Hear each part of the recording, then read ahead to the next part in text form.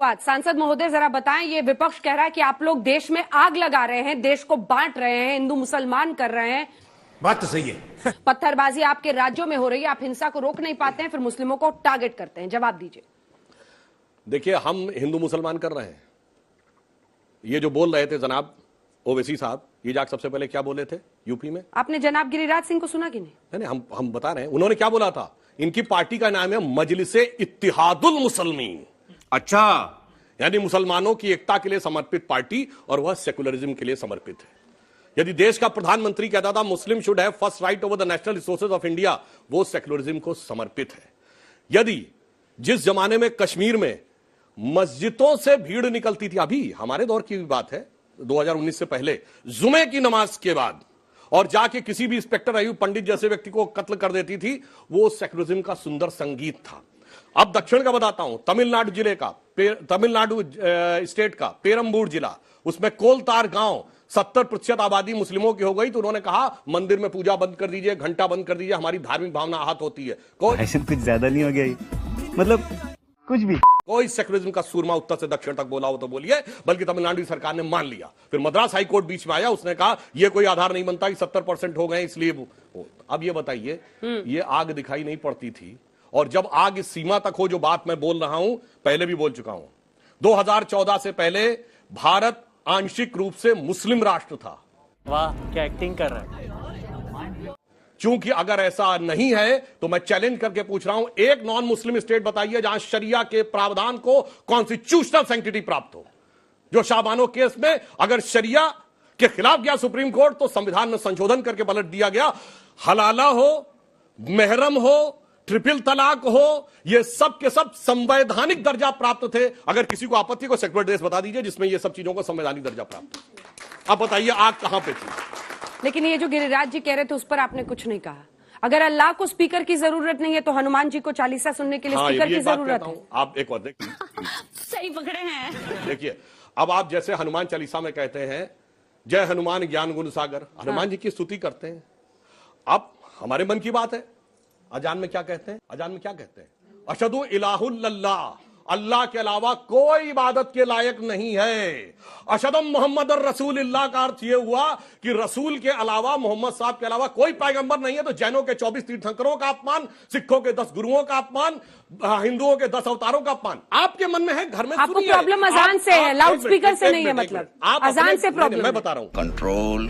Control उदय, loud speaker से सही बात बोलिए ना, फिर बता रहा हूं, सुनिए। तो घूम फिर के क्यों पहुंच रहे हैं? आपके मन में है कि मेरे पिताजी सबसे लायक है, मैं अपने घर में कहूंगा। अब आप ये कहें कि मैं दुनिया भर को सुनाऊंगा, मतलब बाकी के नालायक हैं, तो इस बात से प्रॉब्लम है। शुभ्रांश राय जी नहीं कर रहे, वो हिंदू मुस्लिम, आप लोग कर रहे हैं। आइए देखते हैं, बैठचंद मजा आएगा। ये देखिए अंजना जी, ऐसा है कि 8 साल हो गया भारतीय जनता पार्टी के गर्भ से विकास नहीं पैदा हुआ। जो पैदा हुआ हमेशा वो हिंदू मुसलमान था। बस हवा निकल गई। या पाकिस्तान था, या हलाला था, या जो भी और भी शब्द इन्होंने बहुत सारे शब्द यूज किए, वो सब पैदा हुआ। दो बड़ी बड़ी बातें हैं।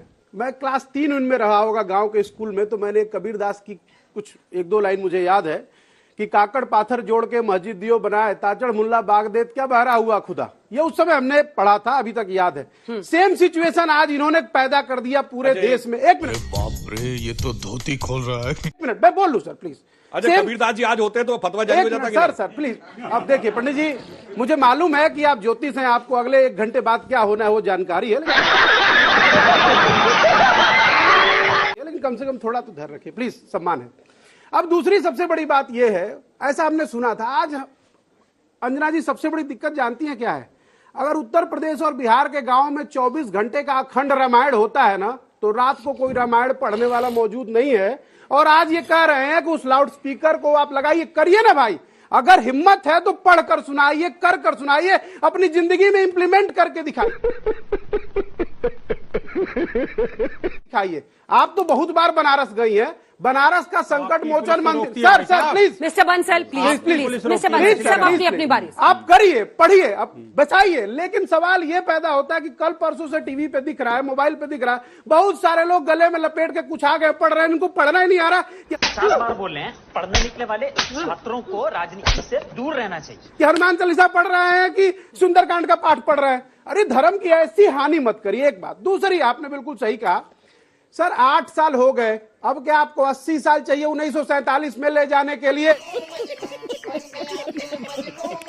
ये आप आए थे देश का विकास करने के लिए, आए थे 5 ट्रिलियन की इकोनॉमी को लेने के लिए। बदले में आपने देश को क्या दिया?